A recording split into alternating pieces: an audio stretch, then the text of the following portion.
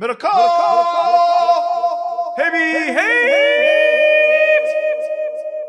You know, Kyle Shanahan 2 years ago, whenever you make a Super Bowl, it's a really big deal. And they were the 1 seed. They won the NFC West. They went 13-3.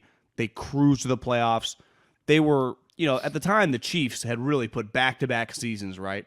They had lost to the New England Patriots in that legendary NFC Championship or AFC Championship game, bounced right back, stormed right to the Super Bowl, and had been just unreal for 2 years.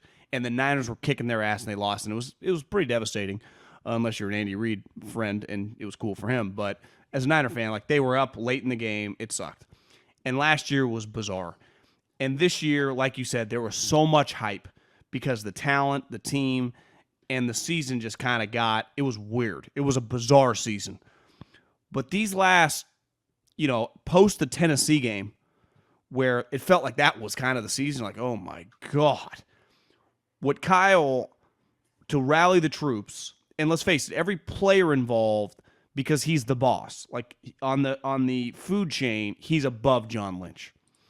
So all these players are ultimately signed off by him. And to go on this run, I mean, they had to beat Texans. I'm not giving him credit for that, but he did do it with Trey Lance. And then these last 3 games, the Rams game, the Cowboy game, and this game. But I would say the Cowboy game, that game will be remembered more for us making fun of McCarthy than it will be Niners getting they would kick their ass. The Rams game and this game are just legendary moments in a young coach's career. It's weird. He's young by age, but his career he's got a long resume now of doing shit. Are pretty huge moments for a guy that I don't want to say it was rocky this year because was never going to get fired, but he was being heavily criticized, and I know I'm very guilty, and I thought there were moments I've been around, I worked for Coach Reed, and we were critical of things he would do when I was a scout on the staff. It's part of the sport. But you have wins like this, you just don't ever shake those, It's just part of, it's on the flip side, LaFleur had an opportunity. Now, he was never going to quite get the credit because Rodgers is on the team, but now he's kind of known as God, you couldn't fucking figure it out with Rodgers. Where Kyle's winning these games, and his quarterback is Jimmy Garoppolo. And Jimmy Garoppolo's a solid player, top 15 quarterback, but he's 15th, not number 1. And to do it like he's doing it, and he could come storming back in the Rams game, throw points, trick plays, do sweet shit. Or today, that is just no one is ever going to show this as an offensive teach tape to anyone. Maybe the Trent Williams play, if you have some sweet tackle, you might institute that play at a short yardage situation. But it's just Harbaugh became a legend because of the way he won games in a 3-year span. It's I don't think I've ever seen that. I think a big part of Harbaugh's legend was Alex Smith's career was failing. Right. I think what you do, the quarterback you do it with, is a big deal. And it gets a lot of attention when you do it with a quarterback who's either who has failed or is viewed as not good enough to actually, take you to these heights. And at the beginning of this weekend, the Elite Eight, I think everyone would have agreed that Garoppolo was at best the 7th best quarterback. And you and I both, we talked about it on the last pod, put him ahead of Tannehill. Tannehill held down the 8. He held down the 8th spot today. Tannehill staked his claim to the 8th spot, and I think that ranking still holds up. This is a year in which he tried to get Matthew Stafford, who ended up on a team in his division and is also in the playoffs, and then traded 2 plus another first-round pick to move up for Trey Lance. So that's the year in which he's done it with Jimmy, and I think there's a few things you would say about Kyle Shanahan at this point. One of them is that he does what he believes is right, regardless of the noise. So when I'm saying Josh Norman should be cut, whatever, we'll just find another place for Josh. When you're saying Hightower needs to get fired, that aged well though. You were right on that. Well, but everyone's calling for Hightower. He's not flinching, and there were times where, and here's the thing, that one almost got him. Let's keep an eye. You're right. Does he get an extension now? I mean, it's just one moment. It'll work tonight. But I think he does what he believes for the most part. I think. I mean, now we don't. Maybe he did want to draft Mac Jones, and they talked him into Trey Lance, whatever. But in terms of what mattered on the field for this team this year, there were times when it looked like he should have gone to Trey. Everyone else thought, us included, now's the time for Trey Lance. He didn't do it. When we thought maybe Jimmy Garoppolo played his last snap for the 49ers, he didn't do it. His back's been against the wall now 3 weeks in a row. The Rams game had to win, won it. The Cowboys game had to win, won it. The Packer game had to win, won it. All 3 games in desperate situations. In individual moments, John, oh, you got some luck here. Yeah, you got 2 blocks. You got some luck there. Stafford threw the – but you start stacking – at a certain point, like getting lucky every week is a skill. If you get lucky enough weeks in a row that you're putting yourself in position to win. So it's a flex year for him. And I go back to it. I say it all the time.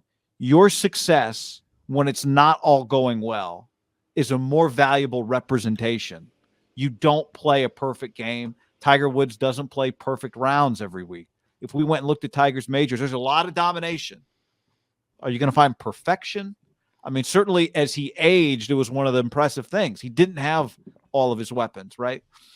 Watching a pitcher on their game is great. Watching a pitcher battle through is in some ways more impressive. And I think that's what's impressive about this Niner team. Some years it all comes together for you. It just, you got it all and you're just rolling. Wouldn't that be 19? Wouldn't that be 19 a lot? It would be. And even 19 was like, I think they had to show their mettle in 19 too, right? 19 a couple games, but the playoffs up until the last 5 minutes of the Super Bowl were pretty easy. Yeah. Yeah. I mean, they were in the lead every game. But this is most years. This is most. Go look at the Patriots run. Now they lost actually in the year where it looked like it was the easiest for them. But most years it is by the skin of your teeth, and you just have to find ways. And it's just an incredible. And I think the other thing that probably speaks volumes is it doesn't seem like at any point his players lost. They never the did. belief in him. And for a guy who, is the son of Mike Shanahan and had that article by Jason Lockenfor written, and when he got the Niner job, right, you hear it all the time. Like, does this guy deserve it? I don't think there's any doubt that this guy belongs on, the top tier of NFL coaches in the NFL. He's one of the best coaches in the NFL. Yeah. Well, LaFleur, here's a good example. That if you just use the black and white numbers, LaFleur had 39 wins through 3 years.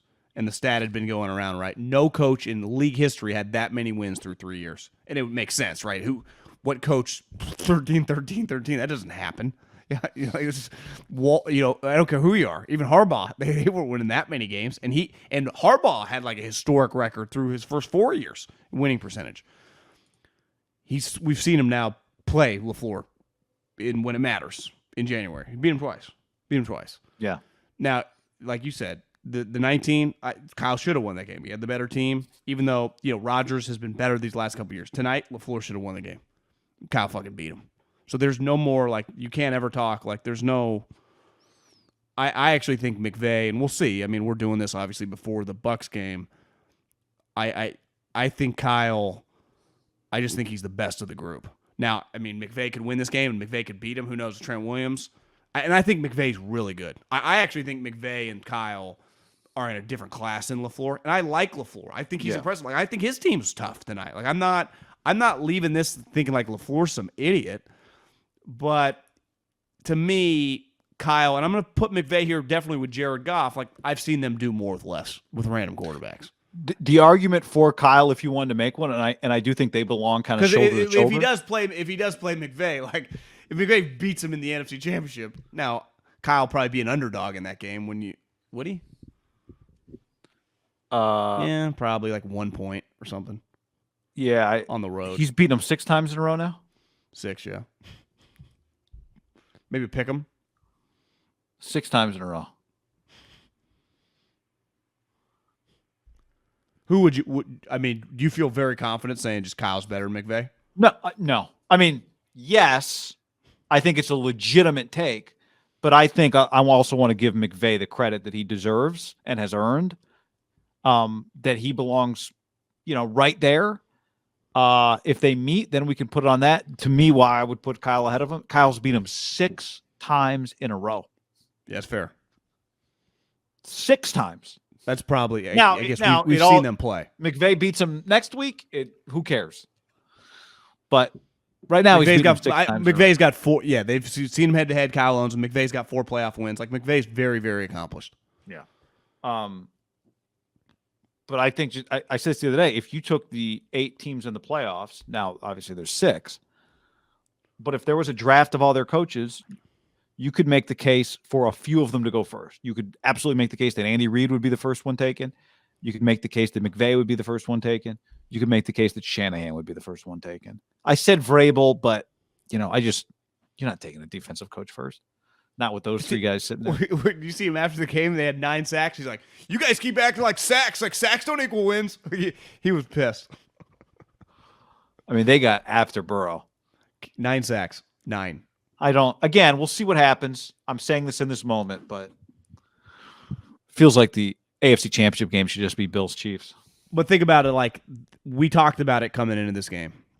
You can't overcome turnovers. And he only threw the 1 pick today. And that pick was bad, but they got bailed out because of Hightower's little chop move, and it worked, and they didn't give up any points out of it.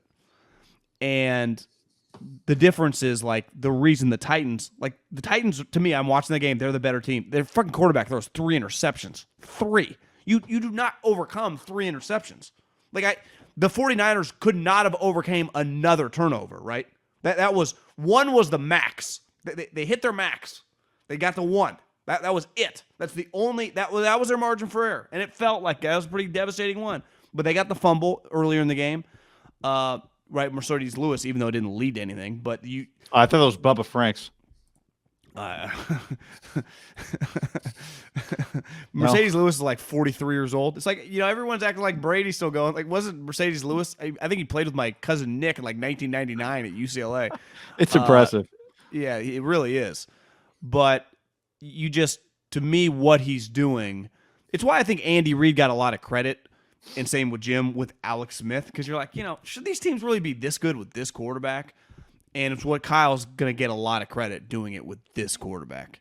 And we got a long off season still. It's not here yet, but I do think the Jimmy thing,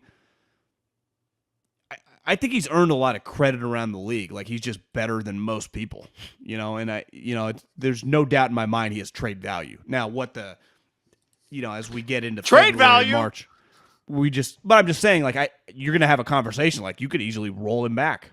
Yeah. You could bring him back. Again, that'll be a conversation for another time. I think you see every week why that's not what they're going to do, but yeah, I just said he threw 1 pick. I mean, he easily could have thrown 4 or 5.